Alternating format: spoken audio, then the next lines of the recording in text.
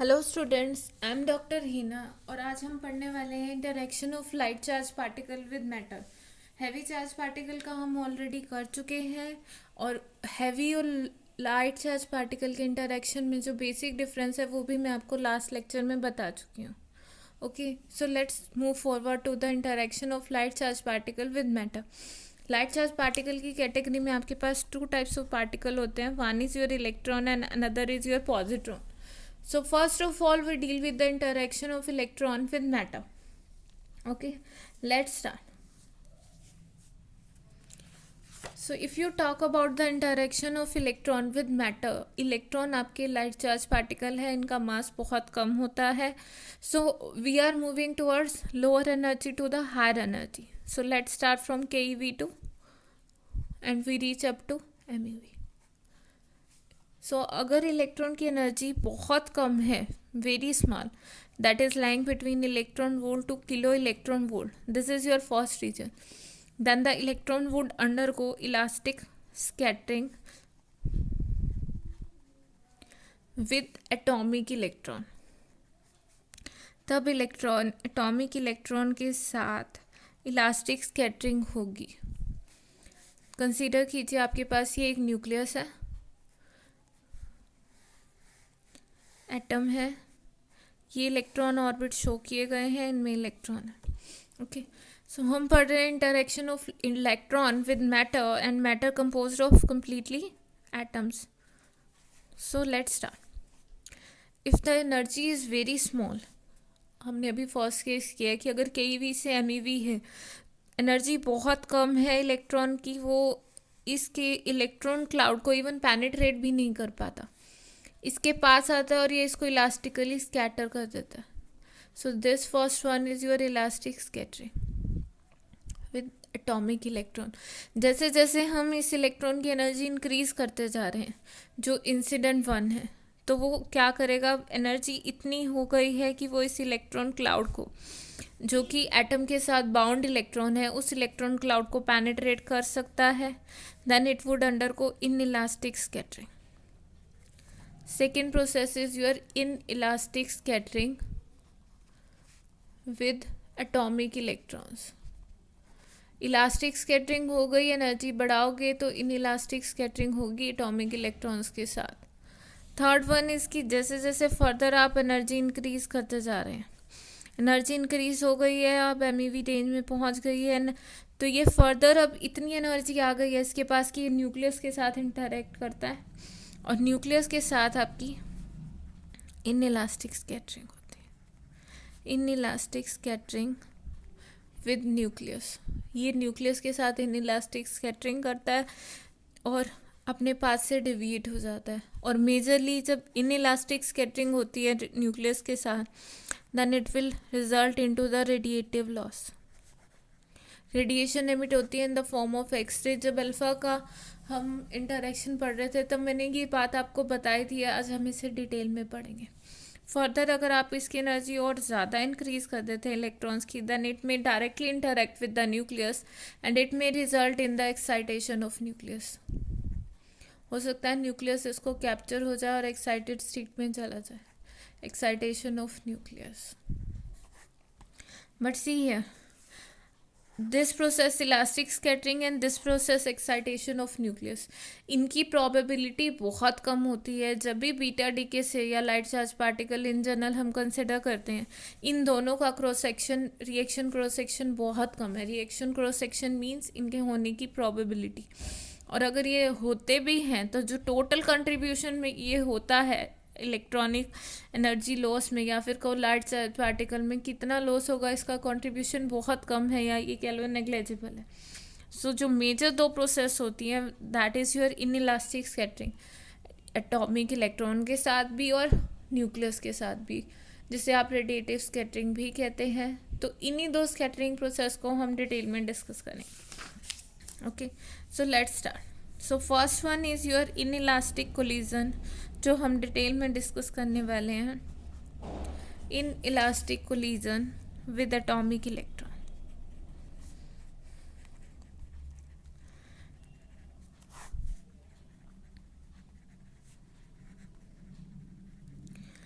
Atomic electron bound state में होते हैं और इंसिडेंट इलेक्ट्रॉन्स के पास सफिशिएंट एनर्जी है. जब ये दोनों आपस में इंटरेक्शन होती है then it will result into the ionization और excitation of the atom. It will result in ionization/excitation of atom.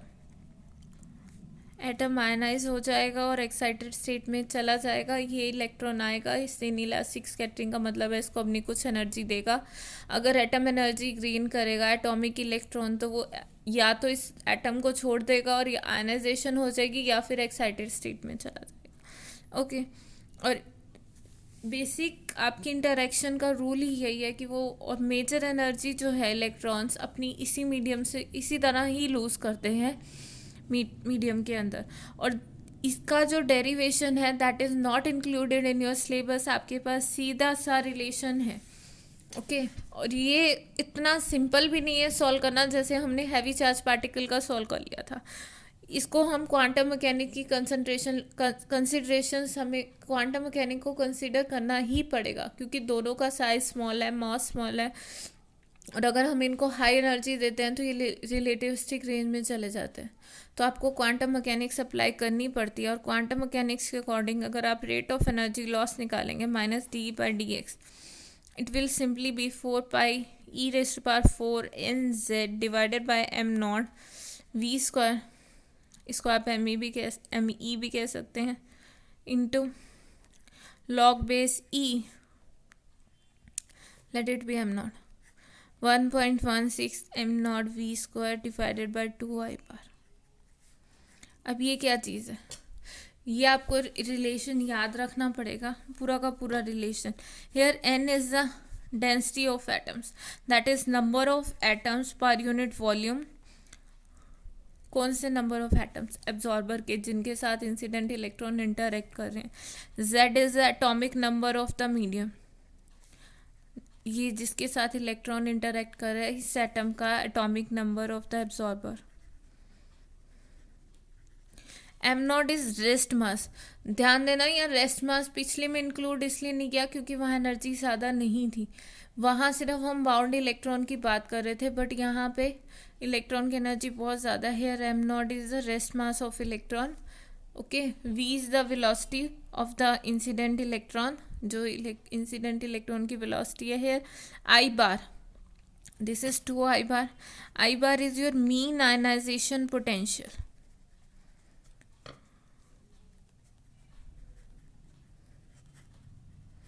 या फिर आप कह सकते हो mean excitation energy of atomic electrons of the absorber. अब इंसिडेंट इलेक्ट्रॉन जब इंटरेक्ट कर रहा है ऐसा तो नहीं है ना कि वो सिर्फ के शेल से इंटरेक्ट करेगा या सिर्फ एल शेल से या फिर अब एन शेल से.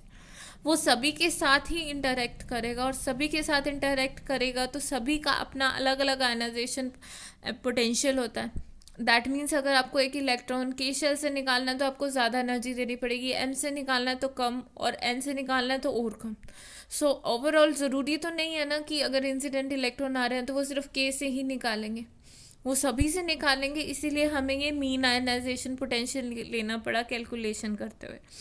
अगेन ध्यान रखिएगा इसको एक्सप्रेशन को. You have to remember this only. आपको सिर्फ इसे याद रखना है, आपके सिलेबस में इसका डेरिवेशन नहीं है. Okay and one more thing, इसको करते हुए ध्यान रखना कि जब एनर्जी इलेक्ट्रॉन की या फिर कह लो कि रेस्ट मास एनर्जी से, रेस्ट मास एनर्जी होती है m0 c². This in elastic collision, ये इसकी प्रोबेबिलिटी तब ज़्यादा होती है when your energy total energy is much less than rest mass energy. या फिर कह लो कि वो रिलेटिविस्टिक रीजन में नहीं होता. ओके सो इसकी प्रोबेबिलिटी तभी होती है और ये इक्वेशन तभी वैलिड है इन इलास्टिक कोलिजन की. I hope it is clear. So let's move forward. हमने 4 प्रोसेस की थी, एक बार मैं फिर से रिकॉल करती हूँ. इलास्टिक स्कैटरिंग, जब इलेक्ट्रॉन की एनर्जी बहुत लो है, इलेक्ट्रॉन वोल्ट से केईवी में, उसके बाद एनर्जी इंक्रीज हो जाती है, इन इलास्टिक स्कैटरिंग होती है. एटॉमिक इलेक्ट्रॉन इसको क्लाउड को पेनिट्रेट करते हैं. ये जो इलास्टिक स्कैटरिंग है इसकी प्रोबेबिलिटी बहुत कम है, रिएक्शन क्रॉस सेक्शन कम है, इसलिए एनर्जी लॉस बहुत कम है और हम इसे कंसिडर नहीं करें. उसके बाद आती है इनइलास्टिक स्कैटरिंग, जिसका हमने अभी एक्सप्रेशन आपको बताया है। Mainly incident electron atomic electron के साथ इंटरेक्ट करते हैं, आयनाइजेशन होती है और एक्साइटेशन होती है। जैसे जैसे एनर्जी बढ़ाओगे ये इलेक्ट्रॉन क्लाउड को और अंदर पेनिट्रेट करता जाएगा और अल्टीमेटली न्यूक्लियस के साथ इंटरेक्ट करेगा। न्यूक्लियस के साथ जब इंटरेक्ट करेगा तो इनइलास्टिक स्कैटरिंग होगी न्यूक्लियस के साथ, जिसे हम रेडिएटिव लॉस भी कहते हैं। So let's study this in detail. So your third one is radiative loss, कि जब इतनी ज़्यादा एनर्जी हो गई है कि इंसिडेंट इलेक्ट्रॉन न्यूक्लियस के साथ इंटरेक्ट करता है, उसके फील्ड में आता है और इनइलास्टिक स्कैटरिंग होती है। ओके, सो यहाँ से देखिए एक बार मैं फिर से दिखा रही हूँ। इंसिडेंट इलेक्ट्रॉन्स की एनर्जी बहुत ज़्यादा आ गई है, न्यूक्लियस के फील्ड में आ रहे हैं। फील्ड मैंने आपको पहले भी एक्सप्लेन कर चुकी हूँ प्रीवियस लेक्चर में। न्यूक्लियस का फील्ड क्या होता है?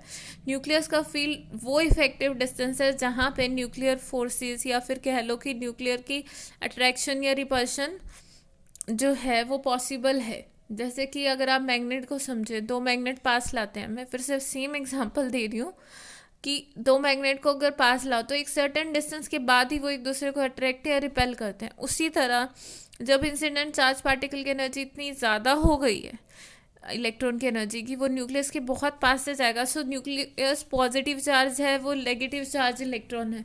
So nucleus will try to reflect it, वो उसे उसके पास से डिफ्लेक्ट करेगा। अगर डिफ्लेक्ट करेगा उसका पाथ चेंज होगा, न्यूक्लियस उसको उस पर क्या करेगा, फोर्स लगाएगा। फोर्स लगाने की वजह से उसको अट्रैक्ट करेगा अपनी तरफ। वो इलेक्ट्रॉन है, न्यूक्लियस पॉजिटिव चार्ज है, so it will try to attract करने की कोशिश करेगा। दैट मीन्स वेलोसिटी उसकी कम होगी। वेलोसिटी कम होने का मतलब है कि वो स्लो डाउन होगा। स्लो होने की वजह से इलेक्ट्रॉन जो है, बट स्टिल उसकी एनर्जी इतनी ज़्यादा होती है कि न्यूक्लियर कैप्चर नहीं कर सकता, बट उसको इफेक्ट ज़रूर कर देगा, उसकी वेलोसिटी में कम कर देगा, उसको स्लो डाउन करने की कोशिश करेगा और उसके पाथ में एक डेविएशन आ जाती है।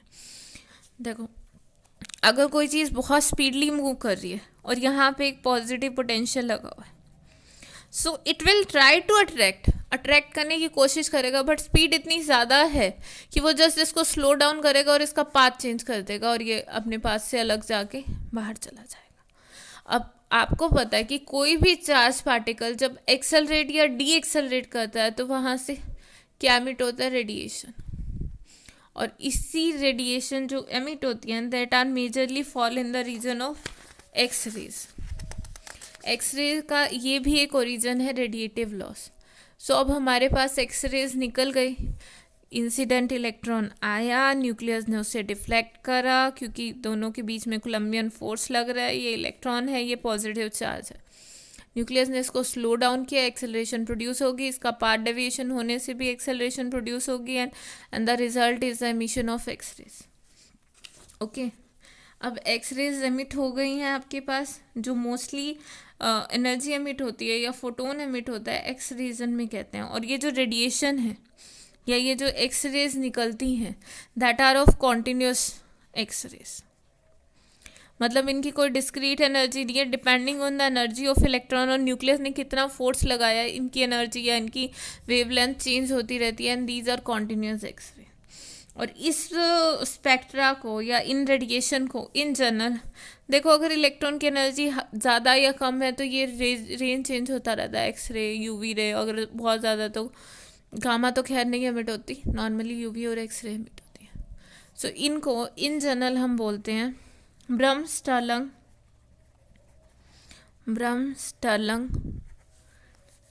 रेडिएशंस। Now why bremsstrahlung? ये एक जर्मन वर्ड है जिसका मीनिंग होता है ब्रेकिंग रेडिएशंस, कि इलेक्ट्रॉन की एनर्जी कुछ ना कुछ ब्रेक हो रहा है ये और आपकी रेडिएशन एमिट हो रही है। ओके, सो एनर्जी लॉस अगर पर यूनिट पाथ लेंथ की हम बात करते हैं, ओके, आई होप यहाँ तक आपको क्लियर होगा कि ये रेडिएशन निकली क्यों है और इसको रेडिएटिव लॉस क्यों कहते हैं। क्योंकि इलेक्ट्रॉन न्यूक्लियस के साथ इनइलास्टिक स्कैटरिंग कर रहा है, उसका पार्ट डेविएट हो रहा है। पार्ट डेविएशन होने की वजह से एक्सेलरेशन है, और कोई भी चार्ज पार्टिकल अगर एक्सेलरेट करता है तो रेडिएशन एमिट होती है। और इस केस में ये जो रेडिएशन एमिट हो रही है वो एक्सरे रीजन में फॉल करती है, और इस प्रोसेस को या इन रेडिएशन को इन जनरल हम कहते हैं ब्रह्मस्टालंग रेडिएशन। ब्रह्मस्टालंग रेडिएशन इनका नेचर जो है देट आर कॉन्टिन्यूस, ये कॉन्टिन्यूस होती हैं एक्सरेज। ओके, उसके बाद आता है आपका एक्साइटेशन ऑफ न्यूक्लियस। या before going into the deep एक चीज़ हम और करते हैं, इसका reaction cross section minus D E by D X for radiative energy loss. Again this is not in your syllabus, this is Z square N divided by A into T plus M not C square. Okay, T है kinetic energy of the incident electron, A mass number of the absorber. Okay, and this is Z square N, इसकी proportional है। Z square is atomic number of the target atom, और actual में rate of radiation loss इस expression से होता है, और आपको ये याद रखना है। D by D X is equal to Z square N divided by A into T plus M not C square. अब यहाँ देखिए जेड स्क्वायर एन, ये जेड स्क्वायर के प्रोपोर्शनल है दिस लॉस। इसका क्या मतलब है, सीधा सा मतलब है कि अगर एब्जॉर्बर का जितना ज़्यादा एटॉमिक नंबर होगा उतना ही ज़्यादा ये रेडिएटिव लॉस होगा। ओके, सो आपको ये चीज़ समझ आ गई कि रेडिएटिव लॉस क्या होता है, और इनइलास्टिक स्कैटरिंग से जो लॉस होता है आयनाइजेशन और एक्साइटेशन लॉस, वो क्या होता है। द फोर्थ वन जो कि रह गया है हमारे पास, that is interaction with the atomic nucleus. Nucleus के साथ इंसिडेंट पार्टिकल इंसिडेंट इलेक्ट्रॉन किस तरह इंटरेक्ट करेंगे। जब वो न्यूक्लियस के साथ इंटरेक्ट करेंगे तो न्यूक्लियस को एक्साइट या एक्साइटेड स्टेट में भेज सकते हैं, और उस वजह से क्या होगा, रेडिएशन एमिट होगी, और वो रेडिएशन गामा रेज में फॉल करती हैं। अगेन उनका प्रोबेबिलिटी बहुत कम होते हैं। जो दो मेजर पार्ट हैं that are inelastic with atomic electron and radiative loss. आपके पास मैं आपको एग्जांपल देती हूँ कैसे ये दोनों मेजर हैं। हम लेड का केस कर रहे हैं, लेड को एब्जॉर्बर ट्रीट कर रहे हैं, और इंसिडेंट हमने भी आपके इलेक्ट्रॉन्स लिए थे लाइट चार्ज पार्टिकल। पार्टिकल की जो एनर्जी है एमईवी में यहाँ पे है, लॉग स्केल है, वेरी कर रही है between 0.005, 0.05, 0.5, 5, 50, 500. Okay, and here it is 5, 10, 15. यहाँ पे d by dx है. You can say that energy loss. अब ये expression I am recalling you again, ये एक्सप्रेशन था energy loss for the inelastic scattering. जब इसके अकॉर्डिंग प्लॉट किया गया, हियर इट इज, मैं डैश में प्लॉट कर रही हूँ, ये देखो ये z के प्रोपोर्शनल है, z हमारा सेम रहता है और v स्क्वायर के इन्वर्सली प्रोपोर्शनल है। जैसे जैसे आपकी वेलोसिटी कम होती जा रही है ये क्रॉस सेक्शन आपका डिक्रीज करता जा रहा है।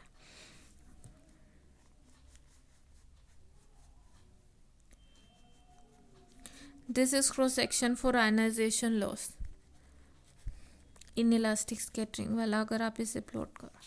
एंड अगर आप दूसरे वाले की, ये डोमिनेट कब करता है रेडिएटिव लॉस, जब एनर्जी आपकी रेस्ट 0.5 MeV इससे ज़्यादा हो जाए, MeV रेंज में पहुंच जाए तो रेडिएटिव लॉस डोमिनेट कर जाता है। और इसका अगर क्रॉस सेक्शन देखो उससे पहले ये बहुत नेग्लिजिबल होता है, you can't even write that here.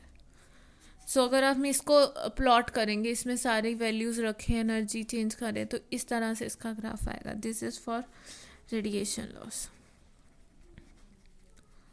और अगर टोटल लॉस की बात करें, टोटल जो एक्सपेरिमेंटल लॉस फाइंड आउट किया गया इस एनर्जी रेंज में, जो कि आपकी प्रैक्टिकल एनर्जी रेंज होती है, दिस इज दिस। सो अगर दोनों का सम कर देंगे तो आपके पास टोटल एनर्जी लॉस आ जाता है। And you can see that these twos are sufficient to explain the energy. This is 500। Range भी हमने बहुत ज़्यादा लिए, 0.005 MeV से 500 MeV, जो कि प्रैक्टिकल इसी रेंज में ही हम काम करते हैं। सो यही दोनों प्रोसेस डोमिनेट है जो टोटल एनर्जी लॉस को एक्सप्लेन कर सकती हैं। दो प्रोसेस हैं, लो एनर्जी पे वो किस पे डिपेंड करता है, ज़्यादा मेजर होता है आयनाइजेशन लॉस, जैसी एनर्जी हाई होता है मेजर पार्ट कौन ले लेता है, रेडिएटिव लॉस। ओके, और रिलेटिव कॉम्बिनेशन तो हमने इसको आपको यहाँ दिखा दिया, और प्रैक्टिकली निकालना हो किसी भी पॉइंट पे तो हम दोनों का सम कर देते हैं। से यहाँ पे निकालना हो तो यहाँ पे इसकी वैल्यू ये, इसकी वैल्यू ये, total is there sum. So your total energy loss minus dE by dx total is equals to minus dE by dx ionization loss जो कि इनइलास्टिक स्कैटरिंग से होता है एटॉमिक इलेक्ट्रॉन के साथ, plus minus dE by dx radiative loss. So ये दो losses हैं जो मेजर हैं और टोटल एनर्जी लॉस को डिपेक्ट करते हैं for the case of electron. और अगर आप दोनों का रिलेटिव कंपैरिजन देखना चाहें, the comparison of these both two, dE by dx radiative divided by minus of D, minus again sign simple है, एनर्जी लॉस को कहता है। रेडिएटिव टू आयनाइजेशन लॉस की अगर हम बात करें, एक्सपेरिमेंट इनकी वैल्यू देखें एम्पेरिकली, इसकी वैल्यू होती है EZ डिवाइडेड बाय 800। एनर्जी है E यहाँ पे MEV में, अगर एनर्जी MEV में लोगे तो रेडिएटिव टू आयनाइजेशन लॉस का ये फैक्टर रहता है। कई बार इस पर न्यूमेरिकल आ जाते हैं, so you have to remember this, okay, कि ये किस तरह Z पे डिपेंड करता है, एटॉमिक नंबर पे दोनों की रेशो। जैसे जैसे Z बढ़ाते जाओगे रेडिएटिव लॉस बढ़ता जाता है। I hope it is clear, आपको ये चीज़ क्लियर हो गई होगी कि हम किस तरह काम कर रहे हैं। अब एक इंटरेक्शन हमने कर लिया इलेक्ट्रॉन्स का मैटर के साथ, next interaction we are talking about is with the positrons. Light charge particle की कैटेगरी में दो पार्टिकल्स आते हैं, one is your electrons, another is your positron. So positron की इंटरेक्शन सेम है एज दैट ऑफ इलेक्ट्रॉन, क्योंकि दोनों का मास सेम है, बस चार्ज इस पर +1 यूनिट हो जाता है। बट एक चीज़ डिफरेंस है, इसका रेस्ट मास सेम है, चार्ज अपोजिट है। शुरू में तो ये वैसे ही इंटरेक्ट करता है, पर जैसे जैसे इसकी एनर्जी लो होती जाती है ये मीडियम के अंदर रेस्ट में आ जाता है, और मीडियम में आपके पास एटम है, एटम में अगेन अंदर न्यूक्लियस, आउटर इलेक्ट्रॉन, पॉजिट्रॉन आता है। इस इलेक्ट्रॉन के साथ पॉजिट्रॉन आएगा, इलेक्ट्रॉन उसका एंटी पार्टिकल है, दोनों के आपस में कंबाइन होगा और रिजल्ट में क्या होगा, आपके पास एनर्जी प्रोड्यूस होगी। और इस प्रोसेस को हम बोलते हैं एनहीलेशन, कि दोनों की अपनी आइडेंटिटी ख़त्म हो गई और दोनों ख़त्म होकर एनर्जी मिलती है। इस तरह से लगा सकते हो कि दोनों एक तरह से डिफ्यूज़ हो गए, आपस में बॉम्ब बन गया, या ये कैसे, इस चीज़ को आप यूँ देख सकते हो कि जब भी एक पार्टिकल और एंटी पार्टिकल आपस में कंबाइन होते हैं तो देयर इज़ नथिंग लेफ्ट। जैसे कि अगर माचिस की तीली को जिससे वो हम जलाते हैं उसके पास ले आओ तो दोनों जल जाते हैं, वो चीज़ जल जाती है और आपके पास कुछ नहीं बचता है। उसी तरह अगर एक पार्टिकल और एंटी पार्टिकल आपस में आते हैं तो दोनों आपस में मर्ज हो जाते हैं and result in the production of energy, and this process is called annihilation. और एनिलिएशन में आपके पास गामा रे फोटोन्स निकलते हैं इसके रिजल्ट में, और इसको हम फर्दर बोल सकते हैं बहुत ज़्यादा एनर्जी निकलती है, and this is called annihilation energy. Energy आपकी मास में कन्वर्ट हो जाती है, this is called annihilation energy. Gamma ray photons निकलेंगे एंड डिपेंडिंग ऑन अगर इलेक्ट्रॉन है और पॉजिट्रॉन है, ओके। सो अगर दोनों की स्पिन एंटी पैरेलल है, एक की अप है एक की डाउन है, कोई किसी की भी कुछ भी हो सकती है, तो आपके रिजल्ट में दो गामा फोटोन्स निकलते हैं। दोनों की एनर्जी ऑलमोस्ट सेम होती है और दोनों अपोजिट डायरेक्शन में मूव कर जाते हैं। जैसे ये दोनों कंबाइन हुए इस तरह, यहाँ पे एक गामा फोटोन इधर चला गया, एक गामा फोटोन इधर चला गया, 180 का एंगल होता है, मोमेंटम कंजर्व होता है। पर कभी कभी ऐसा होता है कि दोनों इलेक्ट्रॉन की भी स्पिन अप है, पॉजिट्रॉन की भी स्पिन अप है, या दोनों की स्पिन डाउन है, दोनों की स्पिन पैरेलल है। अल्टीमेटली अगर ये पैरेलल स्पिन के केस में कंबाइन होते हैं या एनिलिएट करते हैं तो उस केस में 3 गामा फोटोन्स निकलते हैं। और अगेन हमें मोमेंटम कंजर्व करना है तो ये 120 डिग्री के एंगल पे निकलेंगे तीनों, एक यहाँ और एक यहाँ। तीनों के बीच में 120 डिग्री का एंगल होता है, बट अगेन इनकी जो प्रोबेबिलिटी है दैट इज़ 1100:1, यानी कि 1100 बार 2 गामा फोटोन निकलेंगे और एक बार क्या निकलेगा रिलेटिवली 3। इसकी प्रोबेबिलिटी बहुत ज़्यादा है, इसकी बहुत कम है, मेजरली यही निकलते हैं। सो आई होप आपको गामा की इंटरेक्शन समझ आ इलेक्ट्रॉन की इंटरेक्शन, लाइट चार्ज पार्टिकल की इंटरेक्शन समझ आ गई होगी। So that's it for today. आज के लिए इतना ही। कोई भी दिक्कत है तो आप कमेंट सेक्शन में पूछ सकते हैं।